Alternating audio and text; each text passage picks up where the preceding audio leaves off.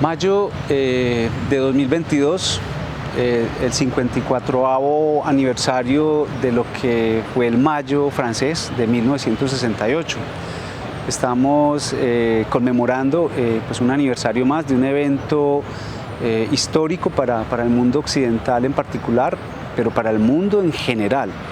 Es muy importante aludir a lo que decía la filósofa y pensadora española María Zambrano, autora innumerables veces citadas por el maestro Carlos Gaviria en su texto Persona y Democracia. María Zambrano decía que la conciencia histórica es la preocupación y la pregunta por lo que ha pasado a través del tiempo en relación al poder. Decía la autora que hubo una época en que la historia la hacían unos cuantos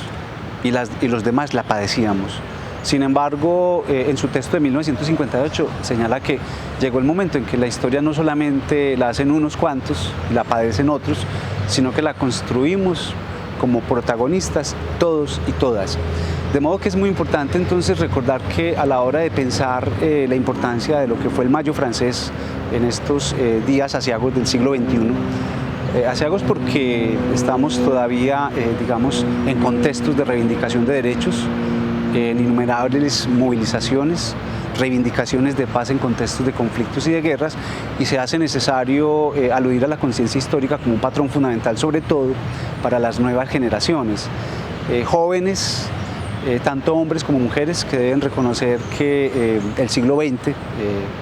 que anteriormente acompañó las dinámicas culturales episódicas del mundo económico y político que marcan el siglo XXI, es determinante para este presente y para el futuro inmediato. Así que es importante recordar que si vamos a hablar del Mayo francés y sobre todo este mes de las madres para una sociedad como la colombiana,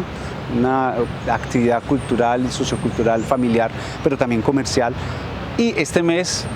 que conmemora y reivindica los derechos de los trabajadores a partir del 1 de mayo, es muy importante entender que mayo también da cuenta de una serie de eventos que particularmente en París,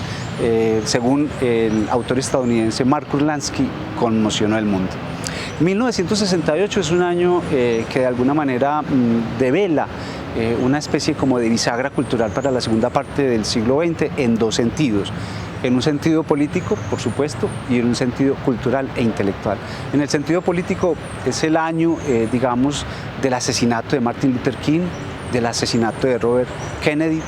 de la masacre de estudiantes en México en Tlatelolco, pero también de lo que fue el advenimiento de la dinámica y del movimiento contracultural que reivindicó el rock, el sexo y las drogas. O sea, un año fascinante para el mundo occidental y donde el Mayo francés es una coyuntura particular que representó un episodio más de ese año espectacular. Aludir ya concretamente pues al Mayo francés, hay que recordar que fue una serie de movilizaciones y de protestas en principio estudiantiles espontáneas que reivindicaron derechos estudiantiles y derechos juveniles. En ese escenario agotado de la representación política en las universidades, una crítica al autoritarismo marcado por la sociedad occidental de la posguerra, donde el poder político se había personalizado en la figura de Charles de Gaulle y donde los jóvenes representaron la bandera de reivindicaciones libertarias. Allí es importante recordar pues, a la Universidad La Sorbona, pero también lo que significó la articulación con el movimiento obrero, el movimiento de trabajadores, particularmente de la industria automotriz y de las compañías de aviación que entraron en un paro, que sumaron alrededor de 9 millones de trabajadores que se sumaron a las protestas y movilizaciones estudiantiles en ese París del Mayo francés, que tuvo implicaciones directas hacia el mes de junio y julio, donde se adelantarían las elecciones, presidenciales, y en las que terminaría lo que sería el legado de un poder de posguerra que se encarnó en la figura de Gaulle y que dio transición a otra forma de gobierno en Francia y particularmente en Europa. Entender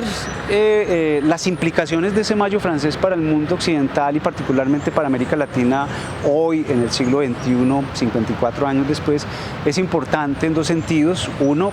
el tema de los derechos juveniles y el tema de los derechos estudiantiles como primer elemento, y segundo, el tema de los derechos diferenciados, donde aparecen los derechos de los campesinos, de las mujeres y por supuesto de las minorías de distinta índole, población LGTBI, indígenas, etcétera, etcétera. De modo que en el contexto pues, de esta, digamos, videocolumna queremos